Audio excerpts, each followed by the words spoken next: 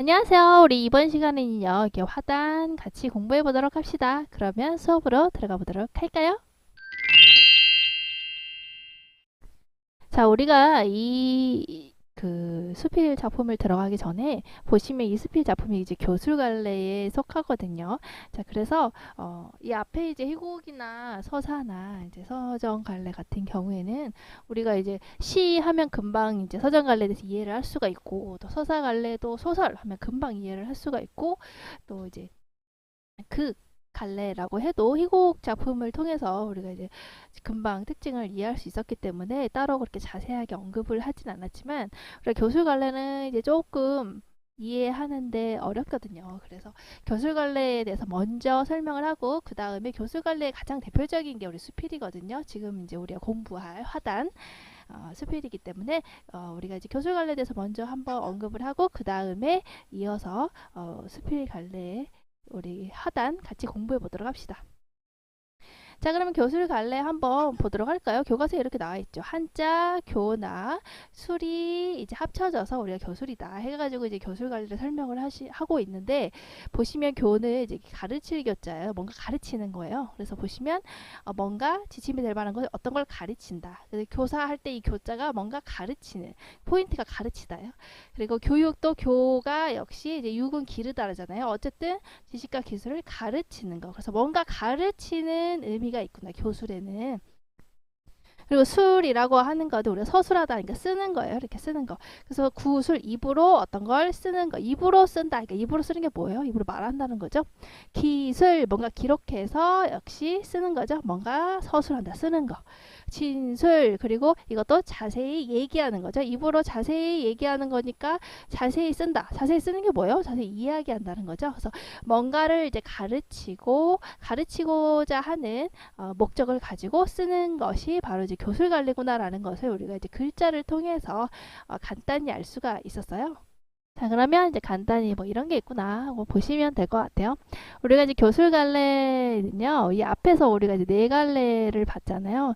이제 흔히 우리가 이제 갈래 구분을 할 때 조동일 선생님의 문학갈래 구분을 많이 사용을 하거든요. 그리고 참고로 이제 이 내용은 이제 대학교 가면 나오는 거기 때문에 그냥 그렇구나, 그냥 이런 특징을 가지고 있구나라는 정도로만 아시면 될 것 같습니다. 뭐 이런 게 이제 시험에 나오거나 이제 뭐 그러지는 어렵겠죠. 이거는 이제 대학교 내용이기 때문에 그냥 그렇구나. 단지 이제 설명을 좀 쉽게 하기 위해서 이제 끌어다가 설명을 하는 거예요. 우리가 흔히 이제 교술갈래는 자아의 세계화라고 얘기를 하는데요. 그러니까 자아라고 하는 게 뭘까요? 바로 우리가 사람 생각을 해보시면 나라고 하는 게 자아겠죠. 나가 자아니까 바로 나의 어떤 주관적인 주관적인 것이 담겨 있는 것을 자아라고 생각을 하시면 이해가 쉽고요. 그리고 이제 세계라는 것은 이제 나를 둘러싸고 있는 나머지 것들이 세계가 되겠죠. 그러니까 어때요? 주관적인 게 아니고 이제 객관적인 것을 나타내는 것이구나 라고 생각을 하면 이해가 쉬워요. 그래서 교술갈래는 보통 이제 자아의 세계화라고 이렇게 이제 구분을 했는데, 그래서 보시면 이제 보통 이제 서정 갈래는 이 뒤에 거 많이 얘기하거든요. 세계의 자아고 외적 세계의 개입이다라고 했을 때, 이제 외적 세계 그냥 설명을 해주면, 외적 세계의 개입이라는 것은 문학이 작품 안에서 끝나는 게 아니고 어떤 사회 현실이나 역사적인 문제나 윤리적인 주제 등에 대해서 적극적으로 발언하고 개입하는 것을 우리가 이제 작품 외적 세계의 개입이라고 해요. 그래서 우리가 생각을 해보시면 쉬워요. 서정갈래 대표적인 게 우리가 뭐 있어요? 요 앞에서 공부했던 것 중에 서정갈래 대표적인 거 시가 있죠. 우리 시는 어때요? 세계, 그러니까 이제 객관적인 어떤 현실을 보고 주관적인 나의 느낌을 그대로 표현을 한 것이죠.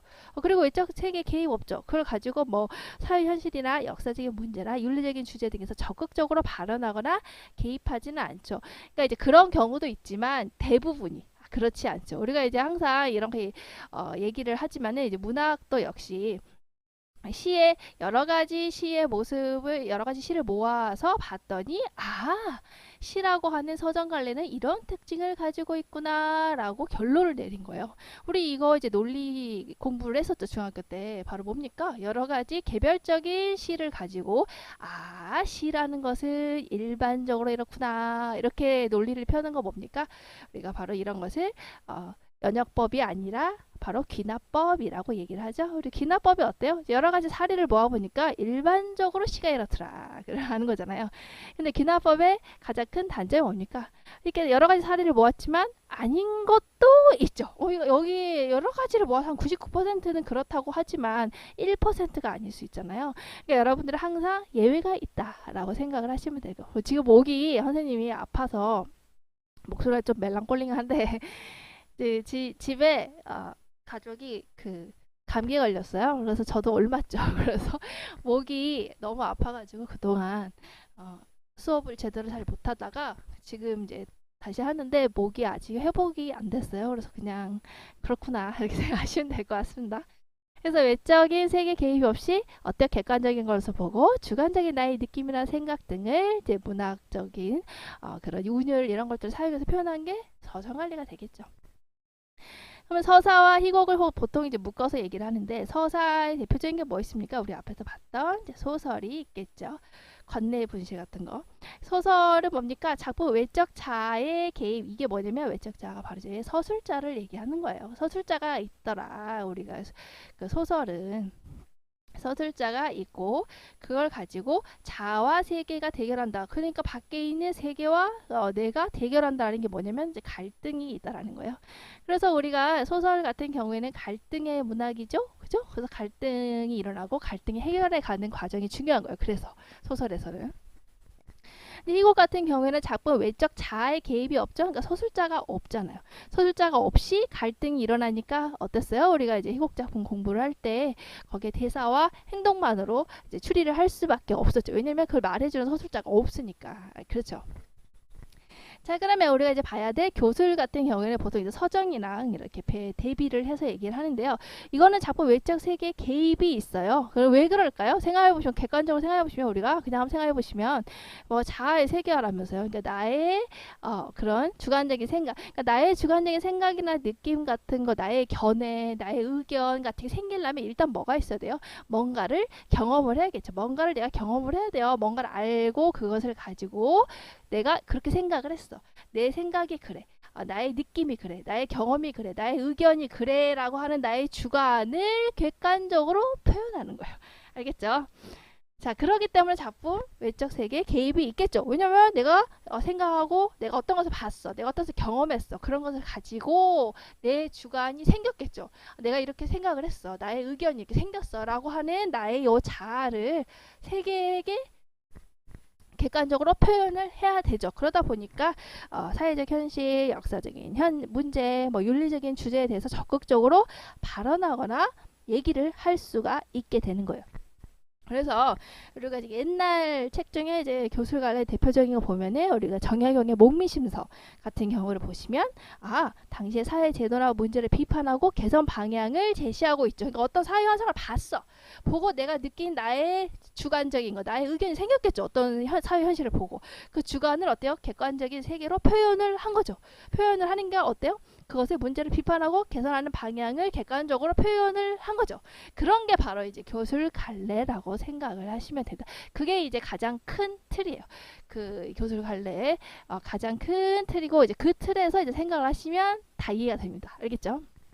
그래서 이제 책을 찾아보니까 이제 뭐 EBS나 뭐 이런 거 찾아보니까 뭐 개념이 이렇게 다양하게 써져 있더라고요. 근데 가장 큰 우리 포인트는 뭐라 그랬어요? 내가 어떤 것을 경험했어, 어떤 것을 느꼈어, 그런 나의 주관, 나의 생각, 느낌, 의견을 세계에게 객관적으로 표현을 해라고 하는 게 포인트죠. 자, 그것이 들어가 있으면 되는 거예요. 그래서 개념을 보시면 뭐 이런 게 있는데 보시면 봐봐요. 작가가 경험하고 생각한 내용과, 그렇죠, 어떤 걸 경험해야겠죠. 그래서 나의 주관이 생겨야겠죠. 그거로부터 얻은 깨달음, 그렇지, 통찰, 이런 게 나의 주관이 생겼죠. 그것을 글로 표현을 한다. 객관, 그렇죠, 객관적인 세계로 표현을 한다. 이게 교술, 그렇죠? 그러니까 아까 우리가 이제 글자로 표현을 했잖아요. 교술 했을 때 뭔가를 가르치는 것을 글로 표현한다. 그거는 바로 어때요? 요 뒷부분만 이렇게 설명을 한 것이죠. 그래서 내가 어떤 것을 보고 느끼고 가진 그 주관적인 나의 의견이나 생각, 느낌, 이런 것들을 객관적인 세계로 다시 펼쳐내서 서술한다. 이렇게 생각하시면 됩니다. 한번 볼까요? 이제 구체적인 사실이나 글쓴이의 경험과 사색을 서술하여, 그치? 어떤 사실을 봤겠죠. 어떤 경험을 했겠죠. 어떤 생각을 했겠죠. 그것을 그렇게 생긴 나의 주관을 객관적인 세계, 독자에게 전달하는 것이다. 그렇죠. 다 똑같은 말이에요. 근데 다 우리가 이제 자아의 세계화라고 하는 그런 큰 틀을 가지고 생각을 하시면 이게 이런 말이구나 이렇게 이해가 된다는 거예요. 그래서 교술관례는 현실이나 정보를 객관적이고 설명적인 방식으로 서술하는 거겠죠. 왜냐하면 주관적인 나의 이런 생각의 느낌을 객관적인 것으로 표현을 하는 거니까. 이건 지금 이 표현하는 거에 초점을 두고 이렇게 설명을 한 거예요. 보시면 감정을 표현하거나 감정 표현하는 거 뭐 있습니까? 서정갈래, 시죠? 허구의 이야기 다루는 거 뭡니까? 서사갈래, 소설이죠? 이거보다는 얘기하죠.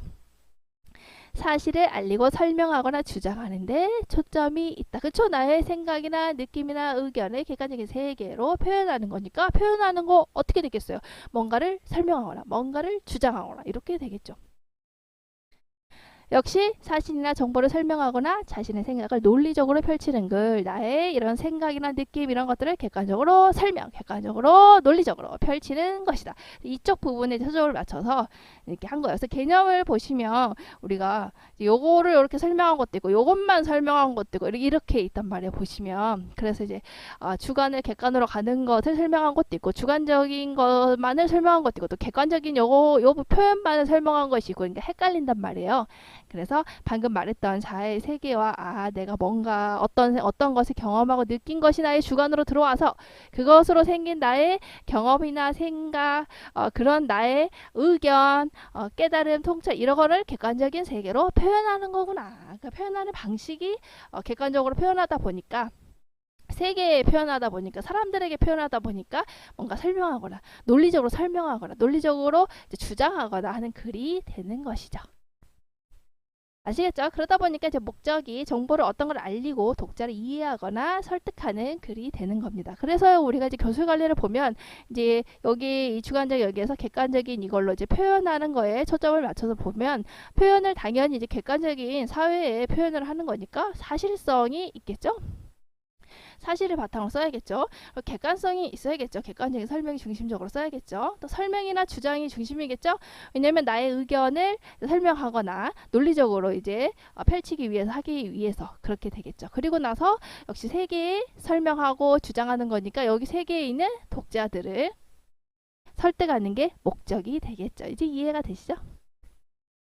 자, 그러면 이제 대표적인 이제 교술 갈래가 있는데 이렇게 보시면 이제 대표적인 거, 제일 대표적인 거 아마 수필일 거예요. 그래서 여러분들이 교술 갈래 이렇게 쳐보시면 거의 이제 수필의 특성만 나와 있어요. 이렇게 보시면 그래서 수필의 특성을 이제 수필 공부할 때 보시면 되고 어쨌든 교술 갈래라고 하는 이런 큰 틀을 한번 알고 그 다음에 이거의 특징을 가지고 있는 게 수필이구나 하고 이제 들어가서 공부를 하시면 되는 거죠. 그래서 수필 같은 경우에는 보통 어때요? 작가의 경험이나 생각을 자연스럽게 쓴 글이죠. 그래서 완전히 이제 객관적인 세계에게 표현하기보다는 그래도 이제 나의 생각을 좀 더 유연하게 표현을 한 게 여기 주관에서 객관한데 좀 더 나의 생각을 주관을 좀 더 담아서 표현한 게 바로 이제 수필이 되겠죠.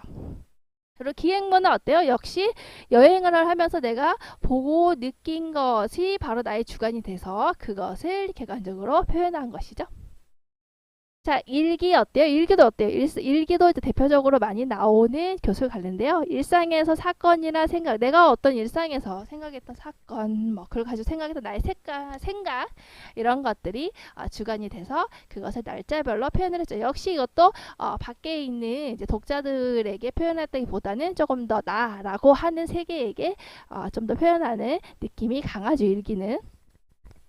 누구 보라고 이제 쓰는 경우는 잘 없잖아요. 그죠?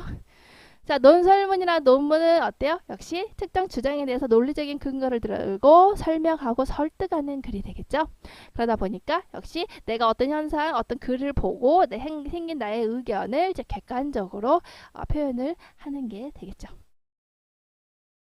보도문이나 기사 어때요? 이제 우리가 뉴스 같은 거 보시면 어떤 사건이 벌어졌죠? 그걸 가지고 이거는 조금 주관이 약하다고 볼 수가 있겠죠. 다른 거에 비해서. 그걸 가지고 대부분 자신의 의견을 가지겠지만 의견을 최대한 포함하지 않고 좀 객관적으로 이렇게 표현한 글. 이것을 우리가 이제 이렇게 보도문이나 기사가 이제 교수관례에 들어간다라고 본다고 들어간다고 볼 수가 있습니다. 말이 막 꼬이고 난리네요. 그래서 이제 대표적인 이제 갈래들을 보시면 설 해가지고 옛날 이제 고전 수필을 우리가 설이라고 해요. 기는 이제 기록하는 거 역시 우리 기행문 같은 옛날 이제 기행문을 기라고 하고요. 일기, 편지, 기행문, 비평, 수필들이 들어가 있죠. 가장 대표적인 거 수필 그리고 일기 이렇게 보시면 됩니다. 그래서 이제 객관적인 것으로 표현을 하는 거기 때문에 어떤 것에 대해서 소개하겠습니다. 뭐뭐라고 할 수 있습니다. 뭐뭐라고 뭐뭐를 알 수 있다라는 식으로 이제 객관적인 표현을 사용해서 표현을 하게 됩니다. 대표적인 거 우리가 이제 또 예시를 보시면 기행문 뭐 어떤 거 경주를 다녀온 자신의 그런 여러 가지 경험이 있죠. 그걸 가지고 이걸 읽는 독자 세계에게 이렇게 설명하는 글 그렇죠?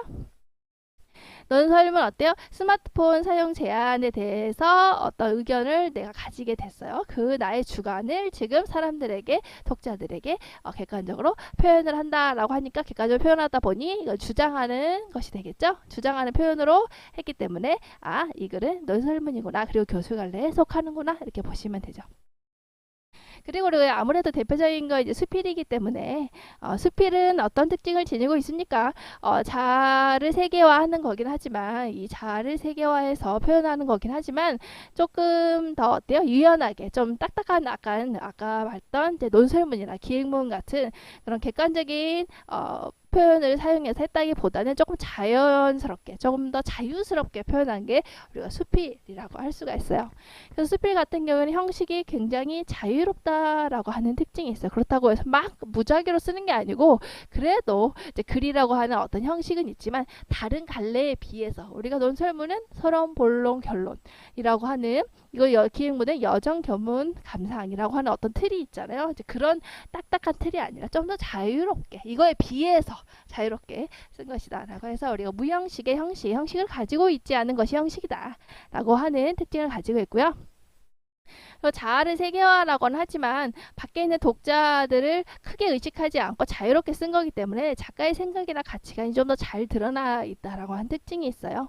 그리고 자신의 생각을 조금 더 자유롭게 많이 펼쳐서 표현을 했기 때문에 글을 쓰는 소재가 일상적이고 다양하다라고 볼 수가 있고요. 그냥 뭐 주변에 겪었던 여러 가지 일들을 소재로 삼아서 쓸 수 있기 때문에 우리가 신변 잡기적인 특징을 가지고 있다라고 얘기를 하죠. 수필은 어떤 뭐 전문적인 이런 거보다 그냥 자유롭게 내가 그냥 아무나 쓸 수 있는 거기 때문에 누구나 쓸 수 있는 글이고 글쓴이의 실제 경험을 토대로 쓰는 사실적인 글이 되겠죠. 서술자는 보통 글쓴이가 되고요. 작가의 개성이나 인간성이 두드러지게 나타나며 유머나 위트가 들어있다. 내가 겪었던 나의 생각이나 느낌을 자유롭게 표현을 한 것이 수필이기 때문에 그러니까 세계화라고 하지만 이 세계화가 조금 더 자유롭게 좀 더 내 생각이 좀 더 자아의 생각이 좀 더 많이 들어간 그런 느낌으로 표현을 한 거기 때문에 서술자는 글쓴이고 그러다 보니까 작가의 개성이나 인간성이 좀 더 잘 드러나 있는 글이라고 볼 수가 있어요. 자, 그래서 우리가 이제 앞에 세 가지 앞에 이제 갈래들하고 비교를 해보자면 서정 갈래는 이제 자신의 감정 표현이 중심이었죠. 세계를 자화시키는 거니까. 서사 갈래는 우리가 이야기 아까 자아 세계와의 대결이 들어가 있다 했잖아요. 그러니까 갈등이 들어가 있는 어떤 이야기 중심. 근데 그에 비해서 이제 교술이라고 하는 것은 내가 가진 생각이나 느낌, 의견을 객관적인 세계로 표현을 하는 거기 때문에 보통 설명이나 정보, 어떤 교훈 이런 것들이 잘 드러나 있는 글이구나 이렇게 보시면 될 것 같습니다. 자, 그러면 본문으로 들어가기 전에 이제 제재 핵심 정리 먼저 보도록 합시다. 이 글의 갈래는 수필이에요. 우리가 이제 교수 갈래 아까 뭐라 그랬어요? 자아의 세계화라고 했죠. 자신이 어떤 것을 경험했던 것을 가지고 이제 어떤 가치관을 가지게 되겠죠. 본인이 어떤 것을 경험한 걸 가지고 이 자아가 어떤 가치관을 가지게 되고 그것을 객관적으로 이제 표현을 하는 글이 되겠습니다. 그렇기 때문에 이제 객관적으로 뭔가 자신의 의견을 표현하기 때문에 교훈적이라고 볼 수가 있겠죠. 그리고 이제 이 글의 내용을 보시면 알겠지만 이 글에 작가가 얘기하고 싶은 것은 뭔가 이제 자연적인 게 좋다, 인위적인 것은 좋지 않다라고 하는 게 자신의 가치관이거든요. 그러니까 어떤 경험을 통해서 가지게 된 자신의 가치관이 그거예요. 그래서 자신의 가치관과 다른 여기 수필에 나오는 노주인에 대해서는 좀 비판적으로 보고 있다라고 할 수 있죠. 자, 그리고 이제 소재는 이제 화단을 소재로 하고 있습니다. 화단은 우리가 화초나 이제 꽃 같은 걸 키우는 그런 것을 말을 하죠. 그 앞마당이나 조그만 데서 이렇게 화초나 꽃을 키우는 곳, 이제 그런 이제 화단을 소재로 하고 있고요. 역시 자신의 이제 가치관은 이제 그런 걸 봤더니 자연 그대로의 아름다움이 좋은 것이다. 인위적인 것을 더하지 않는 것이 좋다라고 하는 자신의 뭐가 드러나 있어요? 이제 가치관이 드러나 있고 그 가치관이 이 글의 주제가 되겠죠. 그것을 이제 객관적인 세계로 표현을 한 거니까 자신의 이런 가치관이 잘 드러나 있고요. 예스러운 어투라고 했는데 보시면 알겠지만 한자를 많이 쓰고 있어요. 그래서 굉장히 전통적인 문장을 쓰고 있고요. 그것을 통해서 글쓴이가 좀 전통적인 것을 좀 중요하게 생각하는 분이구나라고 하는 글쓴이 그런 특징 개성이 드러나 있습니다. 의태어 뭡니까? 의태어는 우리가 이제 모양을 표현한 글이잖아요. 그러니까 어떤 감각이 잘 드러나 있는 거예요? 이제 시각이라고 하는 감각이 잘 드러나 있는 글이구나라는 걸 알 수가 있죠. 그래서 의태어를 활용해서 상황을 구체적으로 전달을 하고 있고요. 또 대상 간의 대비라고 했는데 아까 말했듯이 이태준이라고 하는 작가는 좀 전통적인 것을 추구하고 자연 그대로의 아름다움, 인위적인 것을 가하지 않는 게 예쁘다, 아름다운 것이다 라고 생각하고 있죠. 근데 그렇지 않은 노주인이 나오게 되는데 그 노주인과 자신 간의 그런 가치관의 차이, 그런 것들을 통해서 가치관의 차이를 드러냈으니까 대비라고 하겠죠. 그걸 통해서 삶의 태도에 대한 인식을 분명하게 드러내고 있죠. 자신의 이제 가치관을 좀 더 분명하게 드러내고 있다라고 보시면 됩니다. 자, 그럼 본문 내용 보도록 합시다. 그리고 화단이라고 하면 이제 꽃이 이제 피어 있는 그 자그마한 이제 단이니까 이제 공간을 얘기를 하겠죠. 우리가 이제 아파트 같은데 보시면 아파트 이렇게 있고 아파트 앞에 이렇게 조그맣게 아파트 1층 있죠. 아파트 1층 앞에 이렇게 풀이 이렇게 자라나 있잖아요. 이렇게 꽃으로 막 꾸며놓은 그 공간 있죠. 거기가 이제 화단이라고 보시면 됩니다. 그래서 꽃 같은 걸 이제 키우기 위해서 이렇게 단을 조금 높게 올려서 놔둔 부분이죠. 책에서도 뭐 그림이 나와 있으니까 이렇게 꽃이 이렇게 피어져 있는 이렇게 아파트 1층에 있는 그런 이제 좀 자그마한 그런 정원 같은 거 꼭 키우기 위한 이제 그런 거를 생각하시면 될 것 같아요. 자, 그래서 이걸 소재로 하고 있고요. 작가가 보시면 이태준이라고 하는 작가잖아요. 이 부분이 이제 이분이 이제 좀 중요시 생각한 게 이제 전통 이런 거예요. 그래서 전통 이런 것들을 좀 중요시하게 생각한 분이기 때문에 우리가 보시면 이수필도 굉장히 좀 뭐랄까 예스러운 그런 한자도 많이 나오고 이제 전통을 추구하는 모습이 좀 드러나 있다라고 보시면 됩니다. 그리고 이제 여러분들이 나중에 이제 공부를 하시면 알겠지만 이제 그 문학 작품을 공부를 할 때 고전 문학 같은 경우에는 이제 갈래를 중심으로 공부를 하시는 게 좋고 뭐 고전 시가라든가 아니면 이제 뭐 향가라든가 뭐 이렇게 있죠. 뭐 그런 식으로 고전 소설이라든가 이렇게 갈래를 중심으로 공부를 하시는 게 좋고요. 그리고 이제 현대 작품 같은 경우는 이렇게 작가를 중심으로 공부를 하시는 게 좋아요. 윤동주라든가 뭐 이태준은 전통을 추구하는구나 이렇게 각각의 특징을 잡아서 공부를 하시면 이 작가의 다른 이제 모르는 작품이 나와도 이 작가는 이제 이러이러한 특징을 가지고 있지라고 하는 배경 지식을 가지고 이제 풀 수가 있답니다. 자, 그럼 보도록 할까요? 우리가 이제 이 수필이기 때문에 약간의 형식이 있어요. 처음, 이제 가운데, 그리고 마지막, 처음, 가운데, 끝이라고 하는 그런 기본적인 틀을 가지고 있고요. 처음 부분부터 보도록 할게요. 찰찰하신 노주인이 노 주인을 관찰했죠. 우리가 아까 얘기했지만 이게 그 교술갈래잖아요. 그러니까 어떤 것을 경험해서 생긴 자아의 의견, 생각, 여기서는 이제 어떤 것을 경험을 했어요. 그래서 노주인의 이런 행동이나 그런 것들을 보면서 이제 경험을 했죠. 노주인이 저렇게 하는구나라는 것을 보고 생긴 자신의 이제 어떤 가치관이 있겠죠. 그런 가치관을 바로 세계를 향해서 이제 표현을 한 글이다라고 보시면 됩니다. 찰찰하신 노주인이 찰찰하다라고 하는 것은 그저 꼼꼼하고 자세하다니까 굉장히 꼼꼼하신 어떤 노주인이 이제 그러니까 할아버지를 관찰하고 있죠.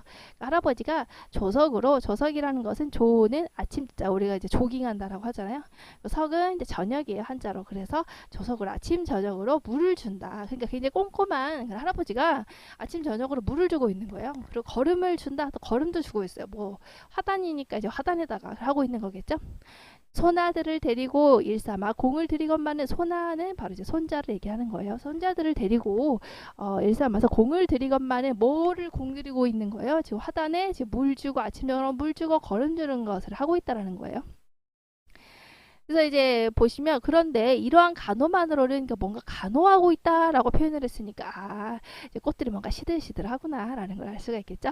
그래서 이제 화단에 있는 꽃들을 소생시키기 위해서 인위적으로 지금 억지로 살리려고 억지로 물을 주고 거름 주고 하는 그런 행동을 봤다라는 거예요. 그래서 글쓴이가 경험한 게 뭐예요? 바로 노주인이 지금 이렇게 열심히 노력을 하고 있는 거, 화단에 노력을 하고 있다. 근데 병 들어가는 이 화단 주요 소재가 되겠죠? 어찌어찌 못하였다. 그러니까 지금 글쓴이가 경험한 게 뭐예요? 글쓴이의 경험은 바로 이렇게 열심히 아침 저녁으로 물 주고 거름 주고 이렇게 노력하고 있는데 그런 노력으로는 할아버지의 노력으로는 화단에 있는 식물들을 제대로 살리기 힘들구나라고 하는 것을 경험했다라는 거예요.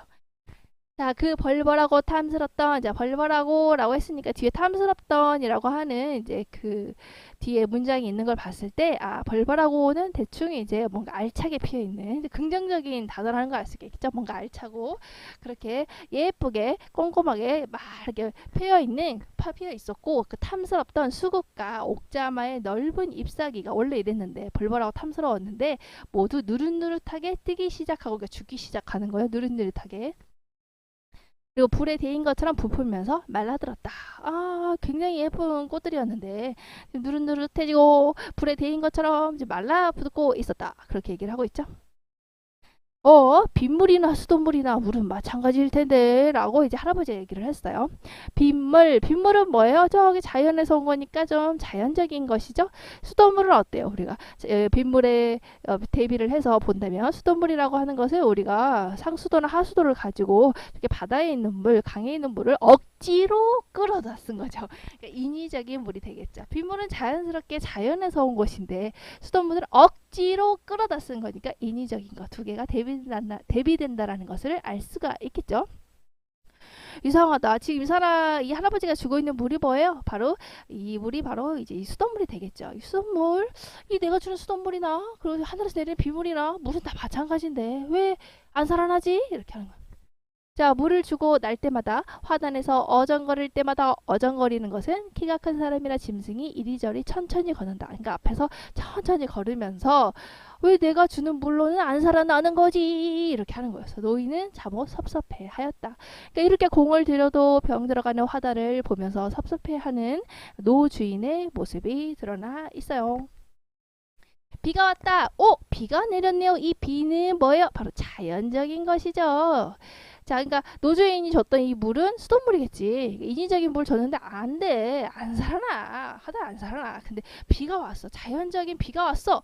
자, 소나기라도 한 줄기 쏟아졌으면 하던 비가 소나기라도 떨어졌으면 좋겠다라고 생각했는데 그런 비가 이 자연적인 비가 이 자연의 비가 사흘이나 순조로 내려서 순조는 아무 탈 없이 그러니까 비가 주룩주룩주룩 순조롭게 내리고 있어서 화분마다 맑은 물이 가득가득 고였다. 자연적인 물이 내렸어요. 자, 노인은 이 자연적인 비가 내리자 개인 화단을 앞을 거니면서 비가 개인이죠.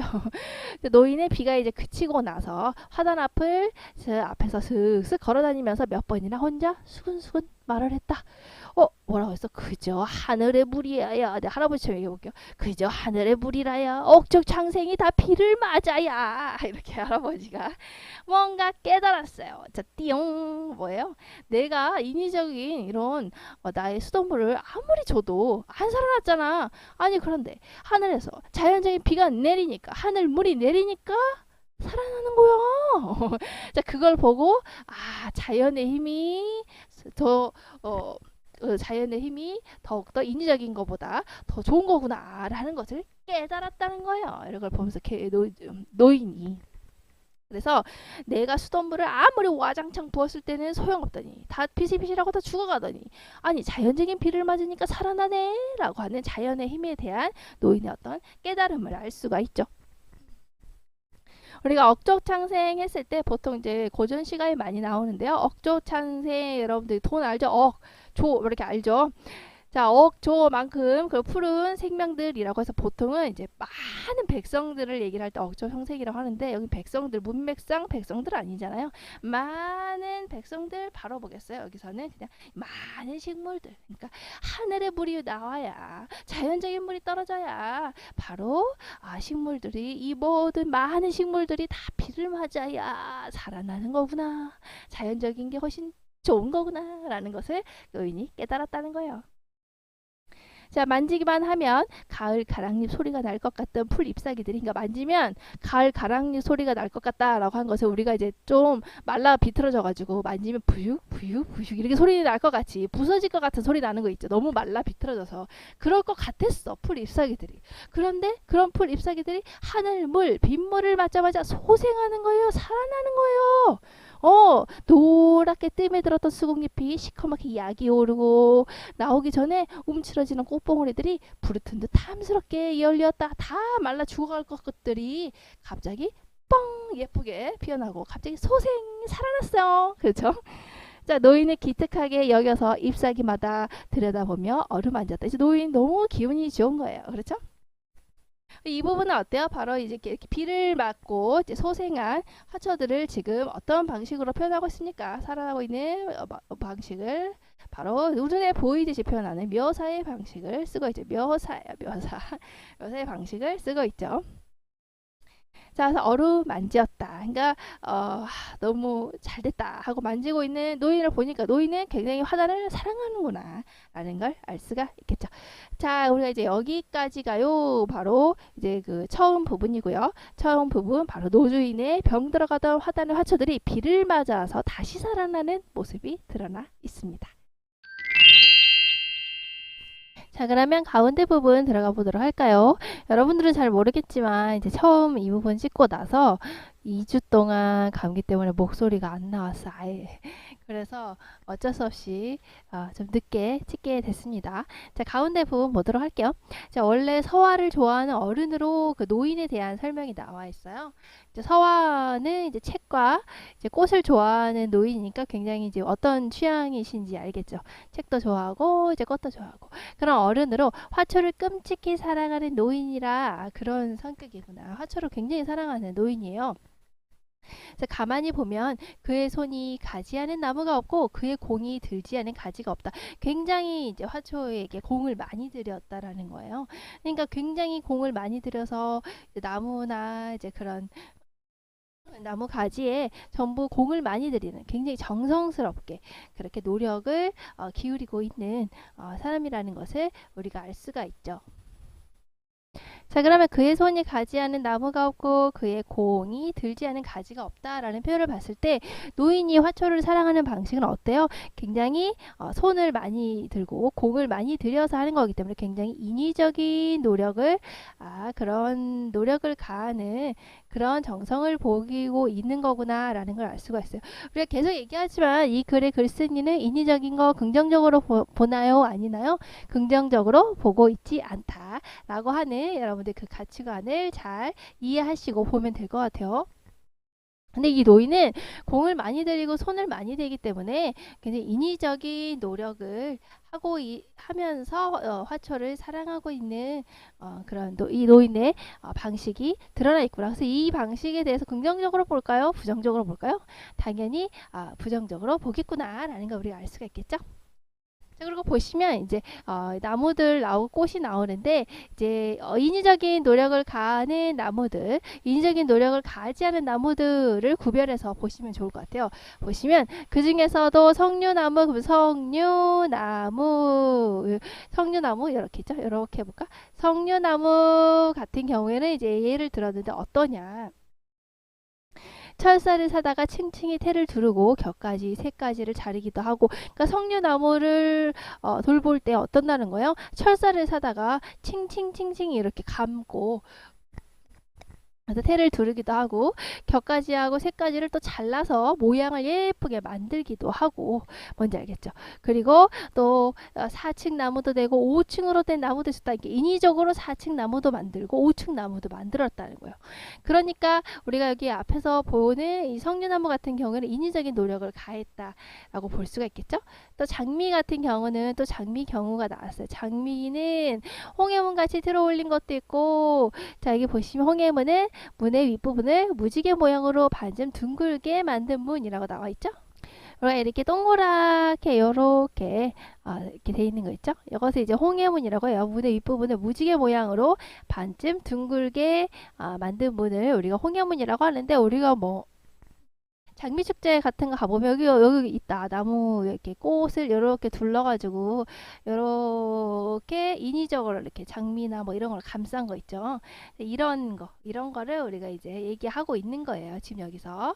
자 그렇게 홍해문 같이 틀어 올린 것도 있고 또 그러니까 장미도 어때요? 인위적인 노력을 가하고 있구나.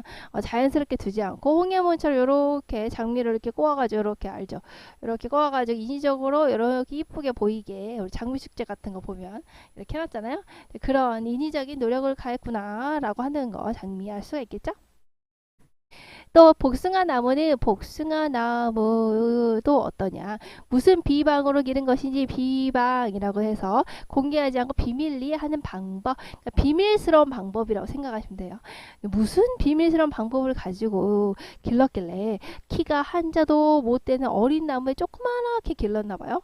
그래서 열매가 도닥도닥 맺혔다. 인위적으로 조그맣게 만들어서 거기에 열매가 많이 맺히도록 만들었다는 거죠. 역시 복숭아 나무도 자연스럽게 두지 않고 인위적인 그런 노력을 가했구나 라는 걸 알 수가 있겠죠. 그래서 우리가 이제 여기서부터 석류나무부터 해갖고 쭉 지금 뭐 여기 복숭아 나무까지 해가지고 지금 뭐에 대해서 설명하고 있는 거예요.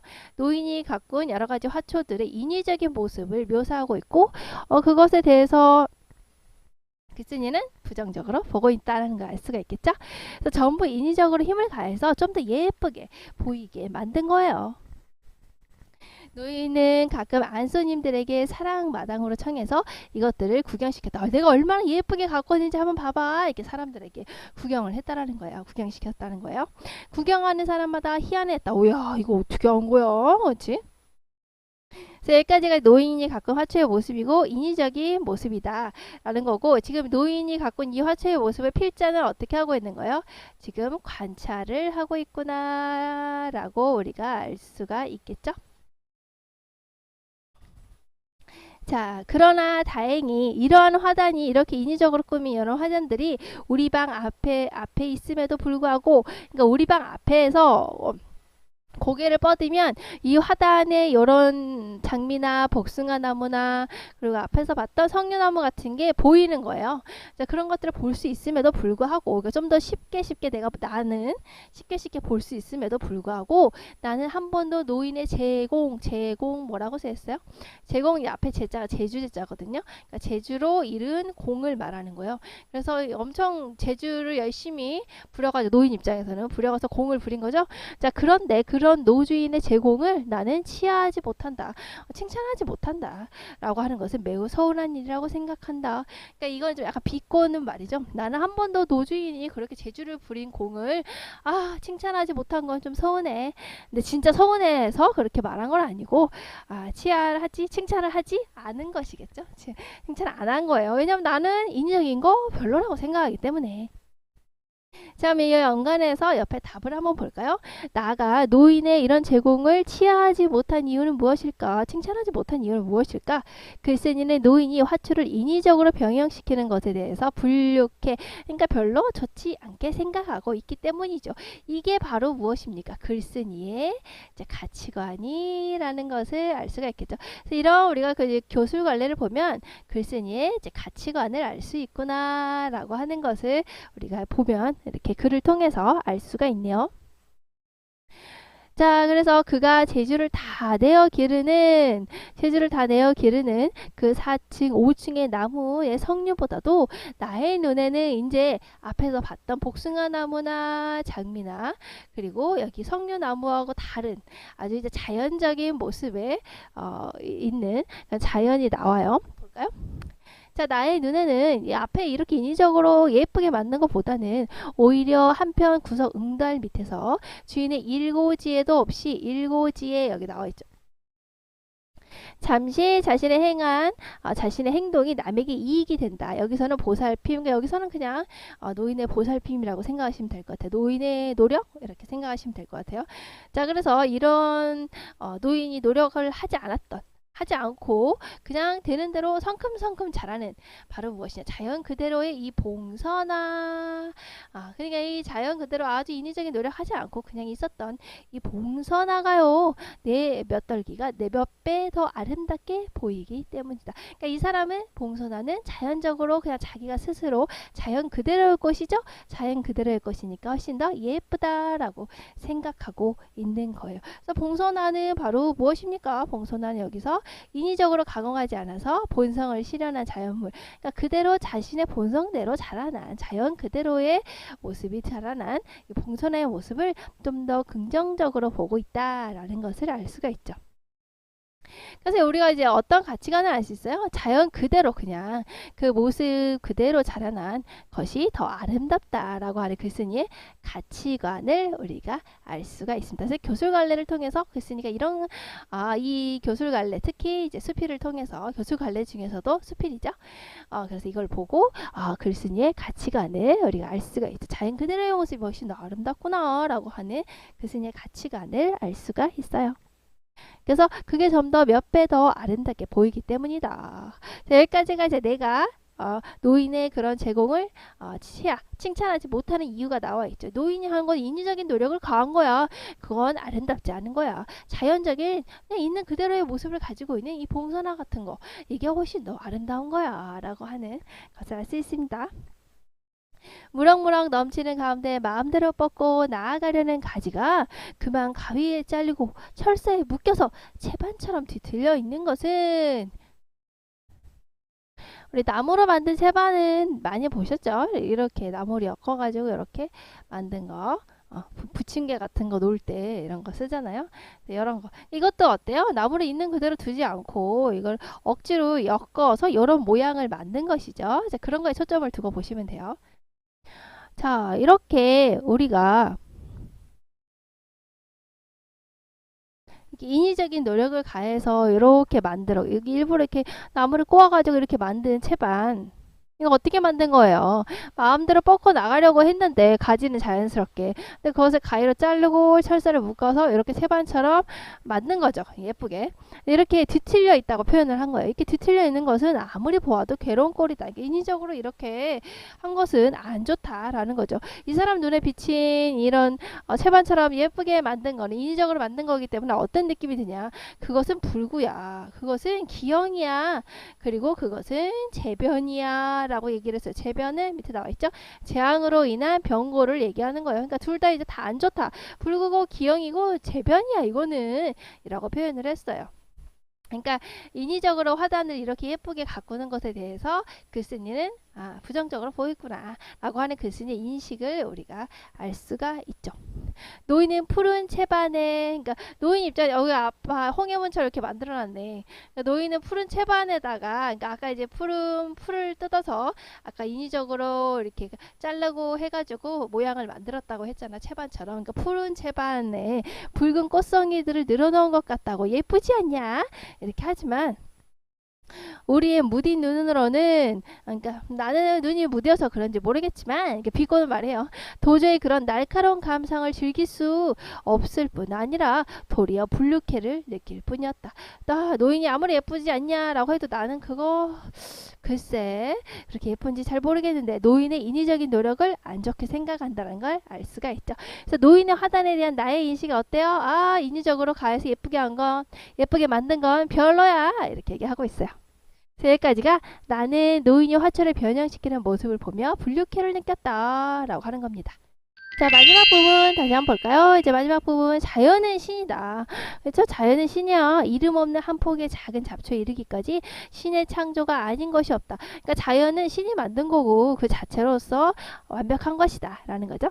신의 작품이야, 이런 자연은. 그러니까 신의 작품으로서 우리 인간이 손을 대지 않으면 안 될 만한 그런 졸작, 그러한 미완 성품이 있을까? 이거 자연 자체가 신의 작품인데 이걸 굳이 인간이 손을 대야 되고 그렇게 만들어서 완벽하게 만들어야 되는 걸까라고 생각하는 거예요. 그러니까 이렇게 만들지 않으면 졸작이고 미완성일까라고 했죠. 그러니까 이게 질문일까요? 질문으로 물어봤지만 아니죠. 이거 어때요? 결국에 우리 시인의 작품 중에는 졸작이나 미완성, 미완품이 없다라고 하는 것을 강조하고 싶어서 쓴 표현이라는 걸 알 수가 있겠죠. 자, 그럼 강조하기 위해서 우리가 의문문의 형식을 쓴 거, 이거 뭡니까? 바로 이제 서리법이 되겠죠. 그래서 서리법이 쓰였구나 라는 거 하나 체크를 해두세요. 자, 이것은 생각만으로 어리석은 일일 것이다. 이렇게 하지 마라. 신이 만든 것은 이미 명작이다 라는 거죠. 우리는 자연을 파괴하고 불구되게 할 수는 있다. 그러나 그것을 창조하거나 개작할 재주는 없을 것이다. 그러니까 우리가 만들어서 오히려 파괴되고 불구로 만들 수는 있지만 우리가 그것을 좀 더 멋있게 창조하거나 다시 새롭게 만드는 그런 재주는 없다니까 하지 마라. 이렇게 손을 대지 마라 라는 거죠. 그러니까 자연 그대로의 가치와 자연에 대한 인간의 인위적인 행동을 경계하는 내용이에요. 그러니까 우리는 자연을 창조하거나 개작할 수 없다라고 하는 게 나와 있죠. 자, 그러면 우리가 한번 정리를 해볼까요? 자, 노인을 바라보는 태도에 대한 글쓴이의 가치가 어때요? 자, 노인을 바라보는 글쓴이의 태도는 어때요? 자, 정성스럽게 가꾸면서도 화초를 인위적으로 가공하는 노인의 태도에 대해서 불쾌, 별로 안 좋게 생각한다 라는 거예요. 그걸 봤을 때 아하, 글쓴이가 관찰하고 느낀 이것을 봤을 때 글쓴이의 가치가 어떻다는 걸 알 수가 있어요. 아하, 자연을 있는 그대로, 그래도라고 써놨네. 자연을 있는 그대로, 그죠? 그대로.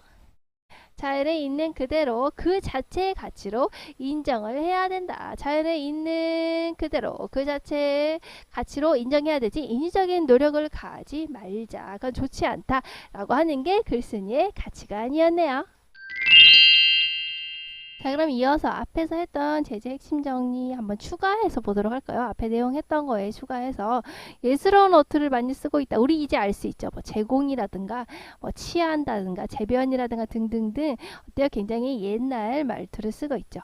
또 의태어를 활용했다. 자, 모양을 표현하는 거 특히 뭐 있습니까? 뭐 누릇누릇이라든가 벌벌이라든가 뭐 이런 것들을 사용해서 우리가 전달을 하고 있구나. 특히 이제 대상 간의 대비를 통해서 삶의 태도에 대한 인식을 분명하게 드러내고 있는데 대상 간의 대비 뭐 있었어요? 우리가 이제 공부를 했기 때문에 뭐 석류나무라든가 장미, 복숭아나무라고 하는 것과 자연스럽게 자라고 있는 봉선화를 대비를 했죠. 그렇게 해서 어떤 것이 더 좋다. 인적인 노력을 가한 것보다 자연 그대로의 모습을 가진 봉선화가 더 좋다라고 하는 글쓴이의 가치관이 드러나 있었네요. 자, 그러면 수업으로 들어가기 전에 간단한 이제 그 문제 한번 풀어보도록 합시다. 이 작품에서 노인은 빗물보다 수돗물이 화초를 키우는데 더 좋다고 생각하고 있다. 빗물은 이제 자연적인 거였죠. 그리고 우리가 수돗물은 인위적인 거였는데 노인이 인위적으로 이제 화초를 키우는 게 더 좋다고 생각을 하고 있나요? 그렇지 않다라는 것을 노인도 이제 은연중에 알고 있었죠. 그래서 본문 내용을 우리가 보시면 그저 하늘의 물이야야 자연적으로 비가 내려야 억조창생이 다 비를 맞아야 이렇게 일어나는 거야 라고 노인도 자연의 힘에 대한 깨달음을 가지고 있는 것을 우리가 알 수가 있죠. 그래서 앞에 지문 내용으로 미뤄보면 노인도 이제 자연적인 빗물이 더 낫다라는 것을 알 수가 있죠. 그러니까 수돗물이 더 좋다고 생각하는 건 잘못된 게 되겠죠. 글쓴이는 봉선화를 아름답게 바라보는 이유는 봉선화가 자연 그대로의 모습이기 때문이다. 그렇죠.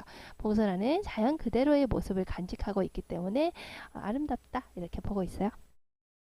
이 작품에서 노인의 화단 가꾸기에 대한 글쓴이의 감정을 단적으로 표현한 말을 찾아 세 글자로 쓰시오.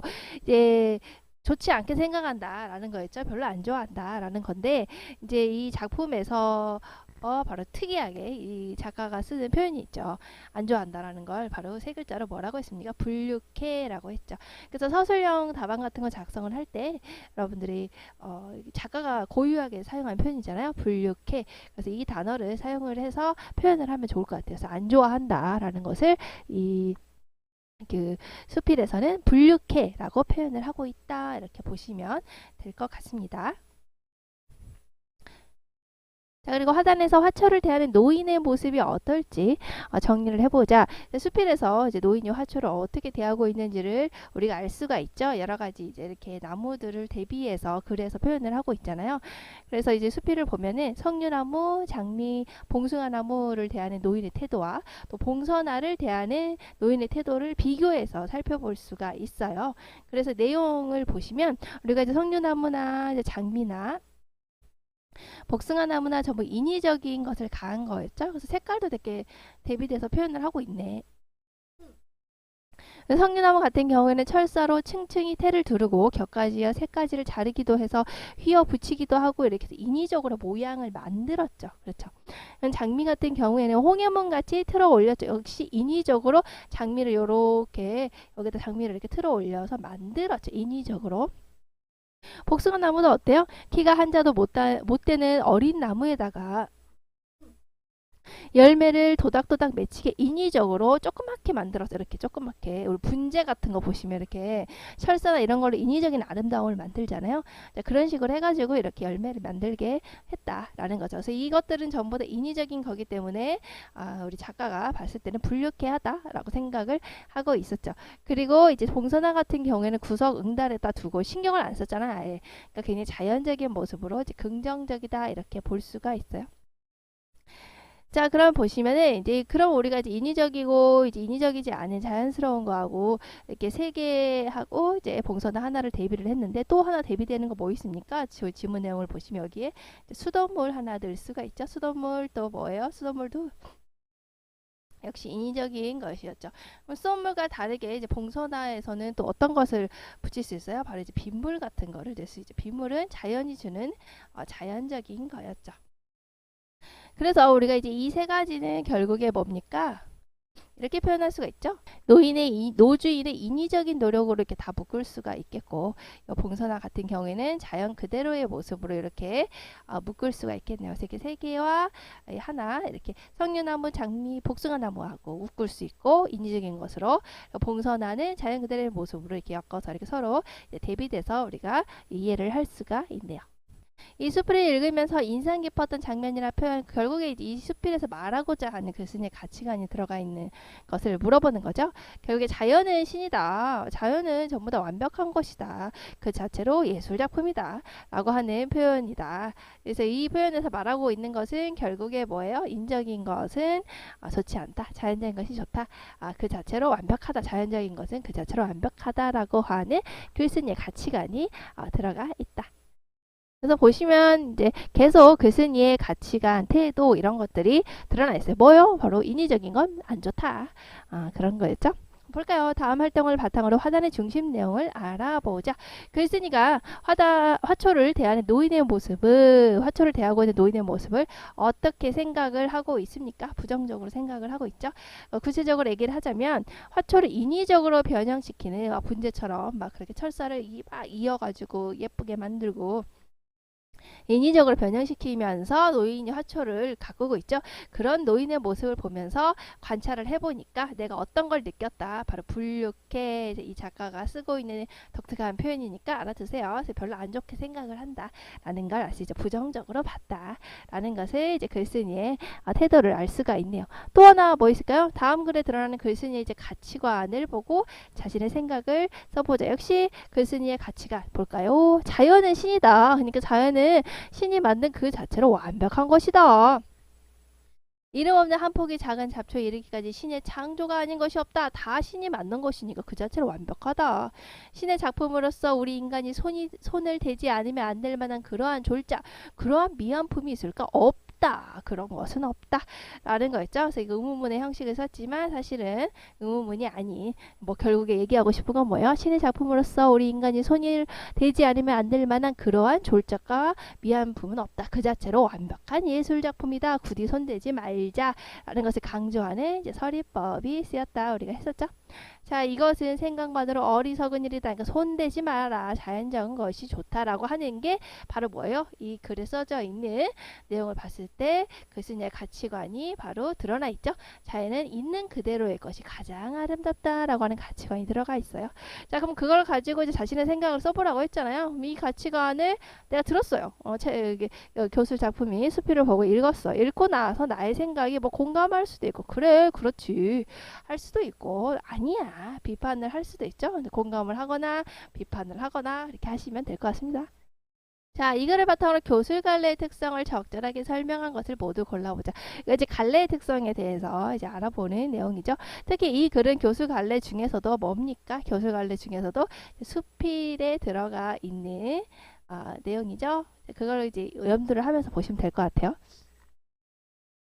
우리가 보시면 독자에게 감동과 깨달음을 준다. 어떤 것을 보고 경험하고 나의 주관이 생겼죠. 나의 경험과 깨달음, 나의 감동과 깨달음이 생겼죠. 그것을 이제 표현을 하는 게 교술문학이었잖아요. 그러니까 이것을 표현했기 때문에 당연히 교술문학 작품에는 독자가 느꼈던, 작가가 느꼈던 바로 감동과 깨달음, 가치관, 태도 이런 것들이 들어가 있었죠. 그래서 우리가 이걸 통해서 뭘 봤습니까? 결국에 어떤 감동과 깨달음이 있었구나라는 걸 알 수 있었어요. 아, 이 글의 작가는 자연 그대로의 아름다움이 더욱더 좋다라고 생각하는구나 라는 것을, 그런 가치관과 그런 태도를 알 수가 있었죠. 근데 그런 걸 알게 되었다. 자, 가상의 인물이 나와서 서술한다. 서술자가 가상의 인물이 나온다. 이거 뭡니까? 바로 서사갈래 생각하시면 되겠죠. 우리 소설 같은 거. 특별한 형식이 없이 자유롭게 서술을 한다. 형식이 딱히 없다라고 했을 때 형식이 진짜 아예 없냐? 그건 아니지만 기본적인 글의 구성 요소는 있지만 뭐예요? 시라든가 소설이라든가 희곡에 비해서, 소설 같은 경우에는 발단, 전개, 위기, 절정, 결말 이렇게 딱 있잖아요. 근데 그렇게까지는 아니고 그거보다는 좀 자유롭게 우리가 쓴다. 그래서 우리가 특별한 형식 없이 자유롭게 쓴다고 해서 우리가 수필을 뭐라고 합니까? 무형식의 형식을 가지고 있다라고 표현을 하죠.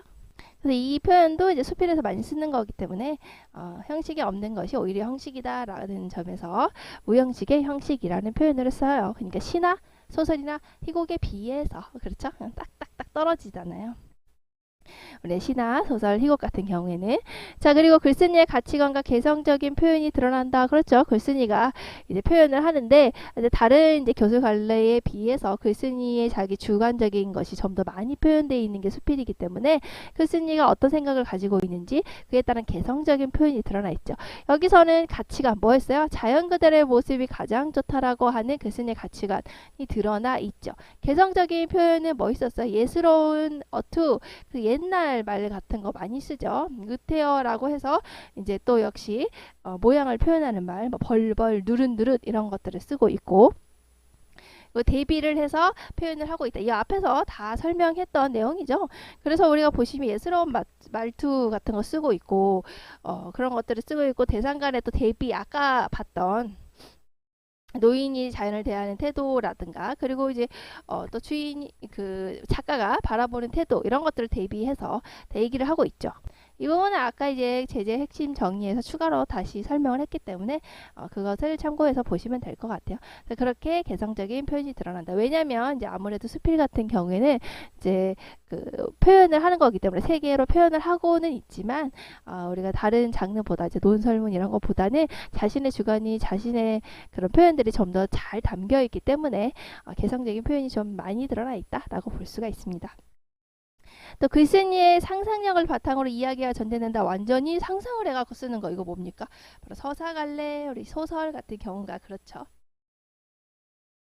이거는 이제 상상력보다는 글쓴이가 어떤 것을 보고 관찰하고 그걸 통해서 생긴 자신의 가치관과 태도를 표현하는 거다. 그러니까 상상력으로 막 생각해서 쓴 것은 아니다. 이렇게 보시면 될 것 같아요.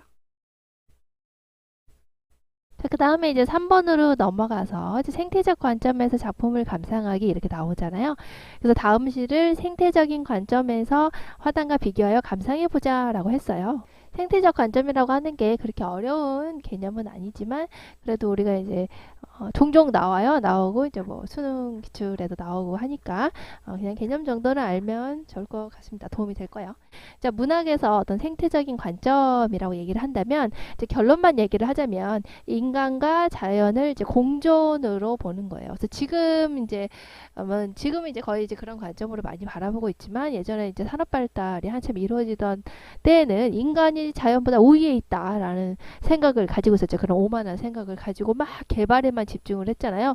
그러다 보니까 어떻게 됐어요? 여러 가지 환경 오염이 발생하게 되고 지금처럼 막 이제 기후 위기가 닥쳐오게 되고 지금 여름 너무 덥잖아요. 이상하게 더울 정도로 이제 그렇게 이제 기후 위기가 닥쳐오게 되고 인간이 너무 무분별하게 개발을 하고 하는 바람에 자연이 이제 그렇게 된 거죠. 그래서 그런 것들을 봤을 때 우리가 이제는 인간과 자연은 인간이 우위에서 막 뭔가를 개발하고 그런 관점이 아니라 인간 중심적인 관점이 아니라 인간과 자연은 서로 공존하는 관계이다. 서로 함께 살아가는 관계이다. 라는 관점에서 이제 문학 작품을 바라보는 것을 우리가 생태적인 관점이라고 해요. 관점이라는 것은 이제 그러한 생각을 가지고 이제 바라보는 거죠. 그 생태적인 생각을 가지고 이제 문학을 바라보는 거예요. 그래서 어렵게 쭉 써 있는데 이제 그 얘기예요, 결국에. 그래서 보시면 인간과 자연의 관계를 중심으로 문학 작품을 해석하고 비평하는 관점이다. 그러니까 인간과 자연은 서로 함께하는 존재다. 이렇게 생각하시면 돼요.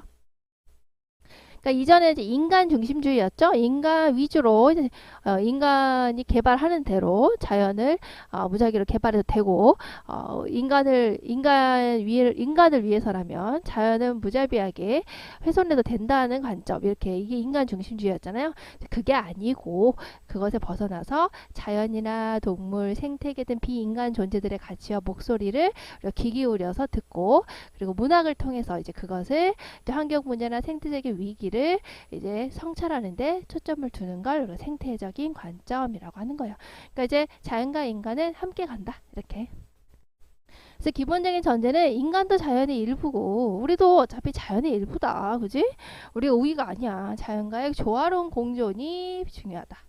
비판은 당연히 뭐겠어요? 인간 중심주의 비판하겠죠. 그리고 자본주의적인 개발, 막 무작위로 개발하는 거 안 돼. 자연을 대상화시키는 거 안 돼. 자연과 인간은 함께 가야 돼. 이렇게 해야 된다는 거죠. 중심적으로 봐야 되는 건 뭐예요? 자연을 어떻게 묘사했는가? 인간과 자연과의 관계가 어떻게 나타나 있는가? 자연에 대한 태도 변화가 어떻게 나타나 있는가? 환경 파괴의 양상에 대해서 이렇게 중점적으로 문학 작품에 이제 나와 있죠. 그래서 특징을 보시면 이제 자연을 이제 배경이 아니고 그 전에는 인간이 개발하는 거니까 인간 중심주의잖아요. 그러니까 자연은 단순히 배경이었어요. 근데 이게 아니고 이제 자연도 인간과 동등한 주체다. 당연히 이제 환경 파괴나 생태 위기 문제를 다루고 있죠. 그리고 자연과 인간이 어떻게 함께 갈 수 있는가에 대해서 탐색을 하고요. 그리고 이제 어쨌든 자연을 말을 할 수가 없잖아요. 그래서 침묵당한 자연의 목소리를 복원하려는 시도, 자연을 말을 할 수 없기 때문에 자연의 입장을 대변해서 우리가 이제 문학 작품에서 나타내고 있는 게 그런 것들이 우리가 이제 문학 작품이 생태적인 관점에서 쓰여졌구나 이렇게 볼 수 있죠. 그래서 문학에서 생태적 관점은 단순히 자연을 묘사하는 차원을 넘어서 자연과 인간의 관계 서로 함께해야 된다, 공존해야 된다 라는 것을 되돌아보고 환경과 생명의 소중함을 깨닫게 하는 해석 방식이에요. 그래서 현대문학에서는 기후위기 시대의 대응으로도 중요한 의미를 진다. 요즘에 이제 기후위기가 심각하기 때문에 이제 그런 것들을 가지고 우리가 이제 좀 더 중심 있게 바라봐야 된다. 그래서 이제 요즘에 환경 파괴가 심해지고 그로 인해서 피해가 이제 속출하게 되고 그러면서 이제 우리가 생태적인 관점을 가져야 되는구나 이렇게 된 것이죠. 그러면서 이제 그게 이제 문학 작품에 또 스며들게 된 것이다라고 보시면 될 것 같습니다. 자, 그러면 아까 그 작품이 생태적인 관점에서 쓰여졌다고 했잖아요. 그러니까 자연과 인간은 따로따로가 아니야. 인간이 우위가 아니야. 우리가 서로 함께 가는 거야. 라는 생각에서 이제 바라보시면 될 것 같아요. 화단이라고 하는 아까 교술문학, 수필문학도요. 이제 그런 관점이었죠. 자연을 무작위로 인간이 인위적으로 하는 것보다 자연 그대로의 모습을 지닌 것이 훨씬 아름답다. 라는 거였잖아요. 그러니까 그런 관점도 역시 생태적인 관점에서 볼 수가 있죠. 자, 그럼 이 시를 볼까요? 이 시는 바로 이 문제 광화문 겨울 불꽃나무라는 시입니다. 우리가 이제 광화문 거리를 가보시면은 굉장히 환해요. 그 이제 불빛이 많이 켜져 있죠. 그러니까 생태적인 관점에서 바라봤으니까 이 시를 어떻게 본 거예요? 환경과 생물, 자연을 우리가 인간의 중심이 아니고 그들의 관점에서 바라보고 있는 것이다 라는 걸 생각하시면 될 것 같아요. 자, 광화문 거리 여러분들 가시면은 굉장히 환합니다. 비가 번쩍해요. 거기 불이 많이 켜져 있죠. 거기 그걸 얘기하는 거예요. 해가 졌는데도 어두워지지 않는다. 그러니까 해가 지면 어두워지는 게 정상적이고 자연적인 것이죠. 비정상적인 상황이야. 너무나 밝아. 왜 그러겠어요? 여러 가지 막 가로수도 있고 그리고 이제 나무에 불을 막 켜놓잖아요. 이제 그래서 어두워지지 않는다. 겨울 저물녘 광화문 네거리 맨몸으로 돌아가 있는 가로수들이 일제히 불을 켠다. 자, 맨몸으로 돌아가 있는 가로수들이라고 하시니까 나뭇잎이 없는 가로수를 말하겠네요. 자, 나뭇잎이 없는 가로수들이 일제히 불을 반짝반짝 킨다라는 거예요. 우리 그거 생각하시면 될 것 같아요. 크리스마스 이제 한창 할 때 보시면 나무에다가 이렇게 전구를 막 다 따닥따닥따닥 이렇게 돌려가지고 다 붙여놓잖아요. 그렇기 때문에 밤에도 어때요? 나무가 번쩍번쩍번쩍하죠? 이제 그 모습이에요. 그래서 맨몸으로 돌아가 있는 가로수들이 이미 이렇게 겨울이니까 맨몸이겠지. 잎은 다 떨어졌겠죠. 그렇게 있는 가로수들이 너무나 밝은 거예요. 왜? 여기다가 전구를 막 감은 거죠. 그래서 일제히 불을 켠다. 바닥바닥바닥 이렇게. 그래서 밤에도 어두워지지 않는 이유는 바로 이제 불을 여기다가 감아가지고 켰기 때문이에요. 자, 나뭇가지에 수만 개의 꼬마 전구들이 들러붙어 있다. 그래서 꼬마 전구들을 붙여가지고 하고 있구나. 이제 꼬마 전구들이라고 했으니까 역시 현대 문명을 상징하고 있는 거겠고 인위적으로 불을 켜고 있는 거죠. 네가 안 좋다라는 거라는 거 알 수가 있겠죠. 그리고 보시면 알겠지만 우리 여기 무슨 수사법 쓰였어요? 바로 도치법이 쓰였죠. 일제히 불을 켠다 나뭇가지에가 아니고 나뭇가지에 일제히 불을 켠다. 이게 앞으로 가야 되죠. 근데 이제 뒤로 이렇게 해서 강조하고 있는 거죠. 도치법을 써서 강조를 하고 있다라는 것도 하나 체크해 두세요. 자, 불현듯이 불꽃나무 하고 손뼉을 칠 뻔했다. 번쩍번쩍 하니까 불꽃나무인 거야. 그러지? 우리가 그 보시면 크리스마스 때 보시면 막 전구를 감아가지고 나무가 엄청 번쩍번쩍 하지 않습니까? 그렇죠? 그래서 손뼉을 칠 뻔했다. 해가 졌는데도 어두워지지 않는 광화문 네거리의 모습을 드러내고 있습니다. 어둠도 이젠 병균 같은 것일까? 라고 했는데 어둠이라는 것은 어때요? 굉장히 지금 이제 자연스러운 거잖아요. 해가 지면 어두워지는 게 자연스러운 거잖아요. 그래서 사실은 나무 입장에서는 휴식하고 안식해야 되는 시간인데 그거 병균 같은 거 아니야? 나쁜 거라고 생각해서 이렇게 불을 켜는 거야. 이렇게 이제 비꼬아서 얘기하는 거죠. 밤을 끄고 그래서 오히려 그래서 어둠을 병균같이 생각을 해서 인간들이 밤을 끄고요. 밤을 없애버리고 휘황하게 우리가 휘황찬란하다라는 말 아시죠? 굉장히 눈부시게 번쩍번쩍하고 그러니까 밤을 꺼버리고 번쩍번쩍하게 낮을 켜놓은 권력들. 자, 밤을 끄고요. 이 밤에 아주 화려하게 번쩍번쩍하게 낫을 만들어 놓은 권력들 누가 한 거예요? 바로 인간들이 한 거죠. 그래서 권력, 바로 횡포 뭐 이런 거라고 표현을 한 거예요. 그래서 자연에 대한 인간의 횡포를 지금 이렇게 표현을 하고 있습니다. 아니 밤이 오는 게 자연스러운 건데 어둠은 자연스러운 건데 그런 어둠을 몰아내고 이렇게 휘황찬란하게 밝혀놓는 거야. 그런 권력을 막 행사하는 거야 인간들이 이렇게. 자, 내륙 한가운데 서 있는 길 한가운데 이렇게 서 있는 해군 장군의 동상도 지금 광화문이잖아요. 그러니까 해군 장군은 누구겠어요? 이순신 장군.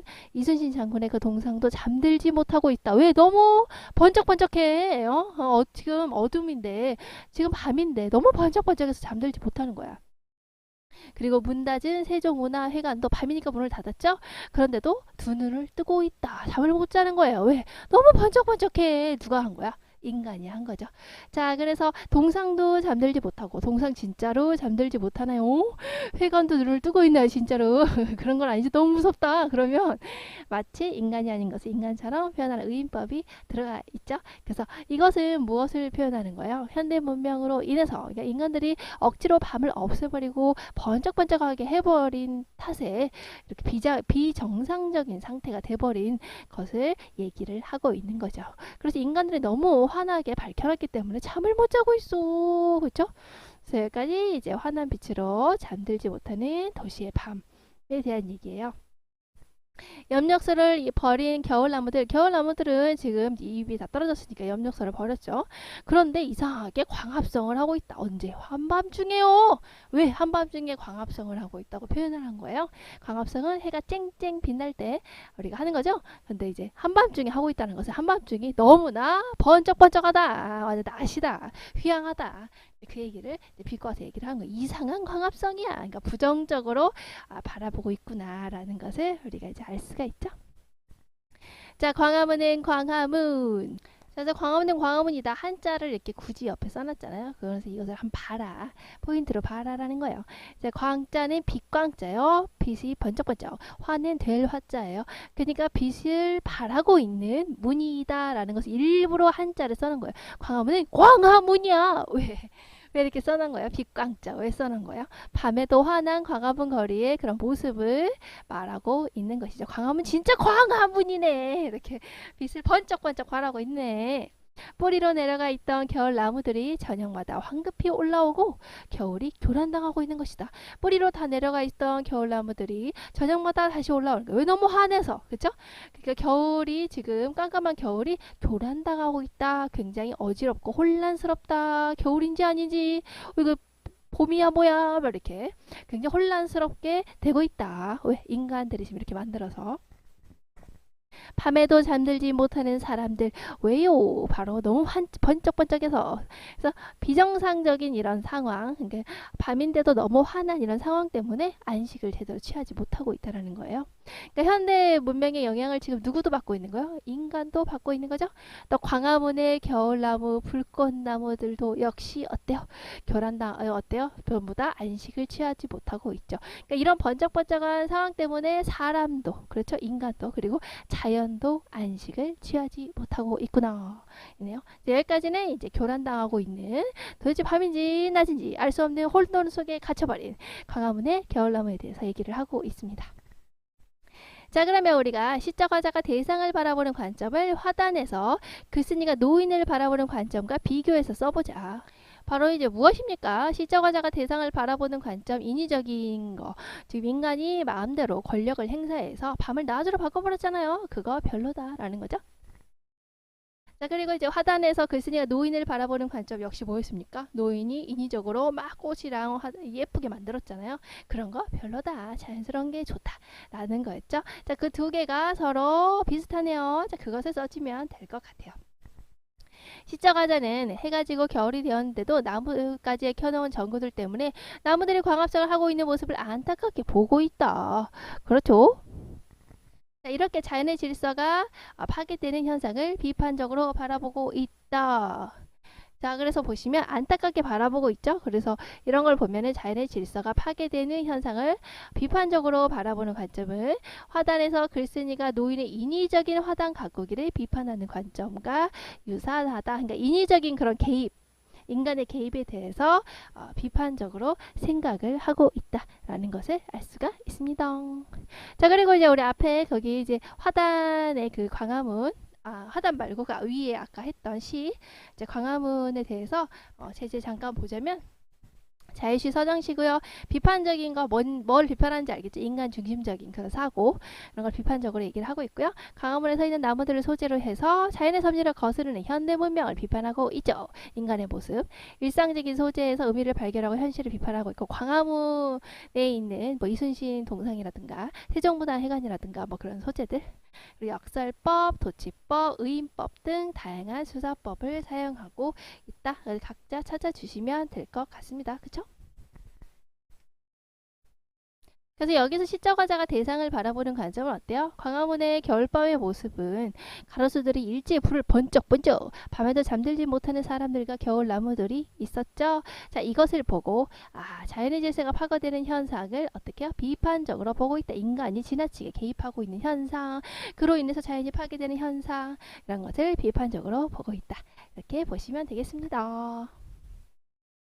자, 다음 글을 참고하여 생태적인 관점에서 우리 생태적인 관점 얘기를 했죠. 인간과 자연이 서로 함께 공존하자 라고 하는 거.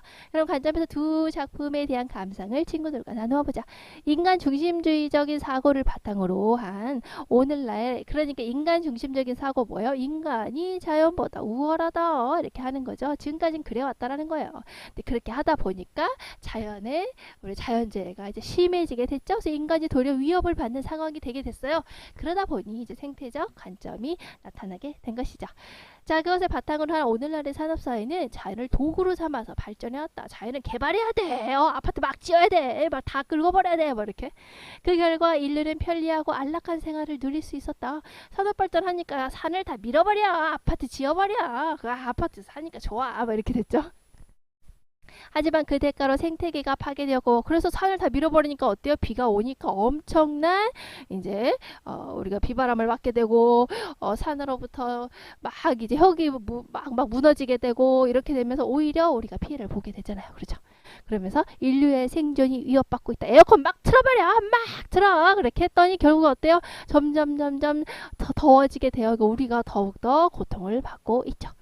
자, 이 자연을 보존하고 평화로운 인류 공생 함께 살아가는 것을 도모해야 된다. 우리가 그렇게 방법과 대책을 세워야 되는 지금, 왜냐면 인간의 그런 삶도 위협받고 있으니까요. 자, 생태 문학은 하나의 대안이 될 수 있다. 그래서 생태적 관점에서 이제 쓴 문학을 우리가 이제 생태 문학이라고 하는 것이죠. 그래서 아까 이제 생태적 관점에서 쓰여진 게 바로 생태 문학인데, 역시 자연과 인간의 관계를 중심으로 자연의 가치, 생명의 소중함, 환경 파괴 문제 등을 이제 문학적으로 다룬 것을, 이렇게 생태적 관점을 이제 문학적으로 풀어낸 것을 우리가 생태 문학이라고 하는 거예요. 단순히 자연이 배경이 아니라 자연과 생태계를 하나의 생명 공동체, 우리는 함께 살아가는 거요. 자연과의 조화로운 공존을 이야기하는 문학이에요. 그러니까 우리가 자연을 계속 이제 개발하고 인간이 우위에 있어라고 했었는데, 하다 보니 우리가 오히려 고통을 받는 상황이 이르렀죠. 그러다 보니 자연의 관점에서 자연이 어떻게 생각하는지에 대해서도 우리가 문학 작품으로 풀어내면서 자연과 함께 살아가야 되는 거구나라는 것을 알게 된 것이죠. 그래서 이제 그런 작품들을 보면 이런 특징을 가지고 있다라는 거예요. 보통 자연의 생명성을 강조한다든가, 자연을 이제 살아있는 존재로 묘사를 한다든가, 또 인간 중심주의적인 사고 비판하겠죠. 인간이 자연을 지배하거나 소비 대상으로 보는 시각을 비판하고, 아니다, 인간 중심적으로 이제 바라봐서는 안 된다. 또 환경 파괴에 대한 경고가 있겠죠. 인간 중심적으로 하다 보니 환경이 심각하게 파괴가 됐죠. 그러니까 자연의 관점에서 기후 위기라든가 생물의 멸종이라든가 그리고 오염, 이런 것들을 다루게 됐죠. 자, 그 다음에 공존과 회복의 메시지, 우리 함께 살아가요. 그렇죠? 비인간 존재의 권리를 존중한다. 자연은 말을 못하잖아요. 그래서 자연의 입장에서 바라보는 세계 는 어떤 것인가, 자연도 생명체로서 존중받아야 된다라는 시각이 포함돼서 쓰여진 문학이 생태 문학이 될 것 같아요. 자, 이렇게 쓰게 되면 지금 환경 위기 시대잖아요. 인간과 삶에 대한 관계를 성찰할 수 있게 되고, 생명에 대한 감수성, 책임감을 기를 수 있게 되고, 또 문학을 통해서 기후 위기, 생태 문제에 대한 경각심을 우리가 사회적으로 확산시킬 수가 있게 되는 거죠. 자, 그렇구나 하고 생각하시고 보시면, 그렇게 하니까 생태문학은 하나의 대안이 될 수가 있다. 자, 우리가 생태문학이라는 것은 단순히 환경문제, 환경 파괴를 고발하는 것이 아니라 물질 문명, 산업사회, 인간의 욕망에 이르기까지 현대사회의 병폐는 뿌리내린 잘못이나 결정과 어찌고저찌고 하는 해로운 현상 생각하시면 돼요. 그러니까 현대사회의 그런 해로운 현상들을 생태학적 관점, 어때요? 인간과 자연이 공존한다는 관점에서 비판해서 녹색가치, 아름다움에 대해서 민감한 감성을 일깨워준다. 생태문학의 가치에 대해서 얘기를 하고 있죠. 자, 이런 이제 생태적인 관점에서 우리가 이제 아까 앞에 있었던 수필 화단과 비교해서 감상을 할 수 있다라는 거예요. 화단에서는 뭐였어요? 화단에서도 어때요? 인간의 욕망이 닿지 못하던 화단 구석에 있던 봉선화가 더욱더 아름답다. 자연적인 것이 더욱더 아름답다. 자연 그대로의 가치가 좋다라고 얘기를 하고 있죠. 그것은 자연 그대로의 모습, 녹색같이 아름다움을 예찬하는 것이야. 그거하고 생태적 관점이랑 연결해보면 생태문학은, 그렇죠? 나왔죠? 인간의 욕망까지도 비판한다는 점이 인상적이야. 그래서 생태문학은 생태계 파괴의 문제를 깨닫게 되고 이 문제를 해결하기 위한 대안으로 등장을 했구나. 생태문학이 인간의 욕망까지도 비판한다. 여기서 이제 굳이 따지자면 이제 인간의 욕망, 더 예쁘게 만들어야지, 꽃을 더 예쁘게 만들어야지 하는 인간의 욕망을 비판했죠. 그거 별로 안 좋아. 그냥 그대로의 있는 자연 그대로의 모습을 가진 봉선화가 더 예쁘거든 이라고 이제 책에서 표현을 하고 있죠. 자, 그 다음에 또 생태적 관점에서 또 보자면, 자, 생태계 파괴는 결국 인간의 생존을 위협하는 행위야.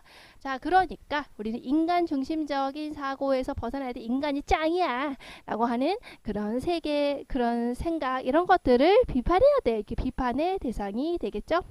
자, 이거를 벗어나서 인간과 자연이 서로 공존, 함께 살아가기 위해서 어떻게 해야 될지를 우리가 고민해보자 라고 하는 거하고 생각해서 광화문 그 시를 보자면, 어두워지지 않는 도시의 모습을 그리고 있죠. 그거 인간 중심적으로 한 거잖아. 인간 이쁘게 보이려고. 꺼지지 않는 불빛으로 이상한 광합성을 하는 나무들은, 그렇죠, 인간의 욕심이 만들어낸 현대사회의 병폐가 아닐까. 인간의 너무 욕심으로 한 거야. 그거와 연결해서 인간 중심적인 사고에서 벗어나야 된다라고 하는 생태적 관점과 연결해서 볼 수가 있겠네요. 그리고 이제 나머지 문제들은 뭐 매체 자료를 제작해보자, 생태적 관점을 가지고 이런 거니까 다 언급했던 부분이고, 매체는 충분히 보면 공부를 할 수 있기 때문에 여기서 마무리하도록 하겠습니다. 그럼 문제로 들어가 보도록 할까요? 자, 그럼 문제 보도록 할까요? 이거는 여러 화초를 키우는 노인에 대해서, 이 노인을 이제 관찰을 했죠. 관찰을 하고 그에 대한 글쓴이의 생각, 가치관, 생각, 이런 것들을 서술하고 있는 수필이에요.